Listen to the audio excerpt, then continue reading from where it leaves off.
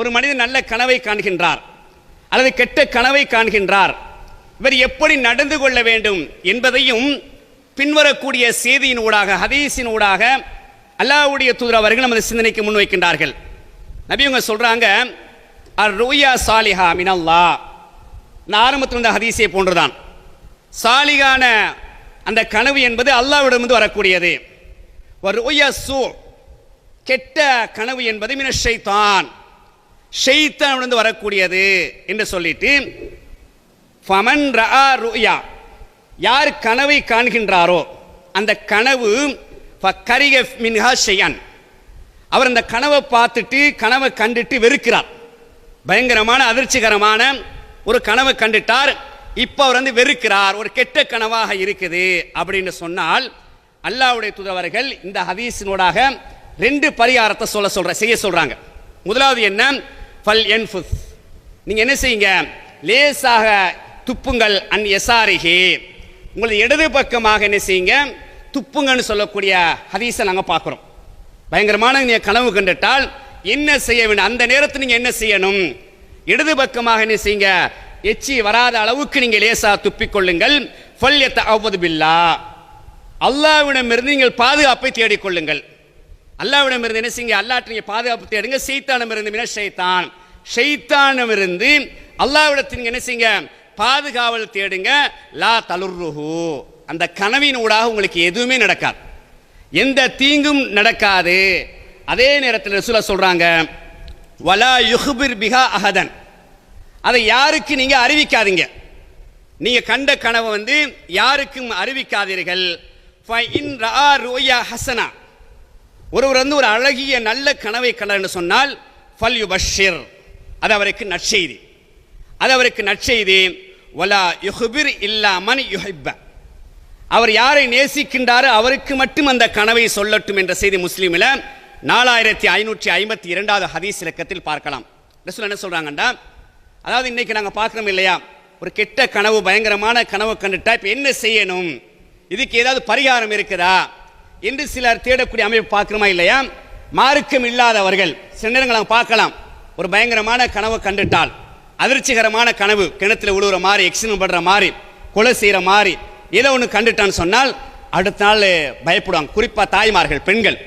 ஏன்னா ஆண்களை பொறுத்தவரை கனவை வந்து அழுத்திக் கொள்ள மாட்டாங்க அதிகமாக. பெண்களை பொறுத்தவரை வந்து அந்த கனவுக்கு முக்கியத்துவம் கொடுப்பாங்க. அதிலும் பயங்கரமான கனவு இப்போ என்ன நடக்கிறது, என்ன செய்யறது, இப்படி ஒரு கனவை நான் கண்டுட்டேன், இதுக்கு ஒரு பரிகாரம் தேடணும், என்ன செய்யறது, தடுமாறுவார்கள். சில நேரங்களில் சின்ன மகனை அனுப்பி பள்ளிவாசல்ல இமாம் இருப்பார், மௌலவி இருப்பார், போய் ஹஸ்ரத்தில் போய் கேட்டுவாங்க, இப்படி ஒரு பயங்கரமான கனவு உம்மா கண்டுட்டாங்க, என்ன செய்யறது. அவர் என்ன செய்வார், மூளைவிட்டு வந்து கேட்ட உடனே இப்போ மூளை ஏதாச்சும் சொல்லிடுவார், ஏதாவது சொல்லணுமே, என்ன செய்யறது. சரி, எதமாச்சும் ஒரு 3 ஒட்டியை சுட்டு ஈச்ச மலத்தை வச்சு ஒரு துவா ஓதி என்ன செய்யுங்க, ஒரு கொஞ்சம் பணத்தை வச்சு 500 ரூபா 1000 ரூபா வச்சு என்ன செய்யுங்க, யாராச்சும் ஒரு ஏழையை கொடுத்துருங்க, அது பரிகாரமாக அமைஞ்சிரும். ஏதோ ஒரு பரிகாரத்தை சொல்வார், அவருக்கு தெரிஞ்ச ஏதாவது பரிகாரத்தை சொல்வார். இன்றைக்கு நாங்கள் பார்க்குறோம் அதிகமாக நடக்குது இன்றைக்கு. ஆனால் அல்லாஹ்வுடைய தூதர் அவர்கள் என்ன சொல்றாங்கன்னா, ஒரு செலவும் இல்லாமல், எந்த பயமும் பயப்பட தேவையில்லை. எந்த கனவை கண்டால், நல்ல கனவை கண்டால் நற்செய்தி, ஒரு பயங்கரமான அதிர்ச்சிகரமான ஒரு மோசமான கனவை நீங்க கண்டீங்களா, யோசிக்கவே தேவையில்லை. 3 பரிகாரத்தை சொல்றாங்க இந்த ஹதீஸ். 2 பரிகாரம்.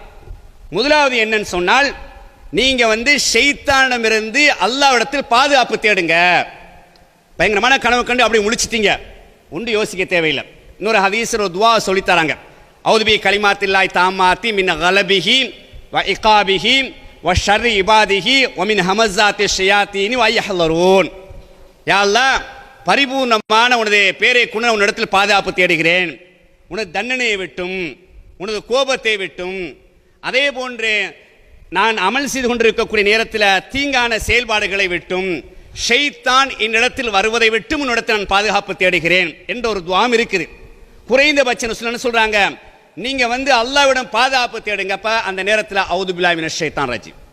அப்ப அதுவும் என்னது, அல்லாஹ்விடம் இருந்து ஷைத்தானிடமிருந்து அல்லாஹ்விடத்தில் பாதுகாப்பு தேடுறது. இப்ப திடீர்னு நீங்க கனவு கண்டு முழிச்சிட்டீங்க என்றால் முதல்ல என்ன செய்யுங்க, அல்லாஹ்விட்ட நீங்க பாதுகாப்பு தேடுங்க. ரசூல் என்ன சொல்றாங்க, லா யுலுர்ருஹு, உங்களுக்கு எந்த தீங்கு நடக்க. அப்படி நீங்க செஞ்சிட்டீங்கன்னா இப்ப அந்த கனவுல வந்து உங்களை கொல்ற மாதிரி ஒரு கனவு கண்டிருப்பீங்க, கிணத்துல விழுகிற மாதிரி கனவு கண்டிருப்பீங்க, எக்ஸிடென்ட் பண்ற மாதிரி கனவு கண்டிருப்பீங்க. ஷைத்தான் தான் போட்டான். இது அல்லாஹ்விடமிருந்து வரல. இந்த கனவு ஷைத்தான் என்ன செய்யறான், உங்களுடைய உள்ளத்துல போட்டுட்டான், கனவாக காட்டிட்டான். இப்ப இந்த பயத்தோடு நீங்க இருக்கணும். ஷைத்தான் பார்க்கறான் பாருங்க, பகல் நேரத்திலையும் எந்தெந்த சந்தர்ப்பங்களை பயன்படுத்தி பாவத்தை தூண்டணுமோ அதெல்லாம் தூண்டிக்கிட்டு இருக்கிறான். தூங்குற நேரத்திலையும் கனவுக்குள்ள வந்து என்ன செய்யறான்டா, இப்படியான பயங்கரமான காட்சிகளை எங்களுக்கு காட்சிப்படுத்தி நீ பாவத்தை செய்யணும், ஏதாச்சும் தவறு செய்யணும், மார்க்கத்துக்கு முரணாக நடக்கணும் என்பதற்காக வேண்டி ஷைத்தான் என்ன செய்யறான்டா, இப்படியான நிகழ்வுகளை ஒரு காட்சிப்படுத்துறான்.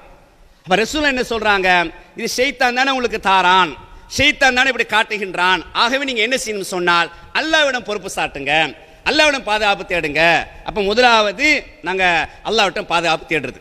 ரெண்டாவது ரசூல் என்ன சொல்றாங்க, அதாவது நாங்க படுக்கக்கூடிய ஒழுங்குமுறை இருக்குது இல்லையா, அதுல வந்து வலது பக்கமா படுக்கணும், வலது முன் கையை வலது கண்டத்தில் வச்சு அப்படி படுக்கணும். தூங்குற நேரத்தில் பரண்டு படுத்திருப்போம். இப்போ நீங்கள் கெட்ட கனவுக்கு முழிச்சிட்டீங்கன்னு சொன்னால் இடது பக்கமாக என்ன செய்யுங்க, துப்புங்க, லேசா துப்பிக்கொள்ளுங்க. துப்பிட்டு நீங்க வலது பக்கமாக படுத்துக் கொள்ளுங்க. இது ரெண்டாவது பரிகாரம்.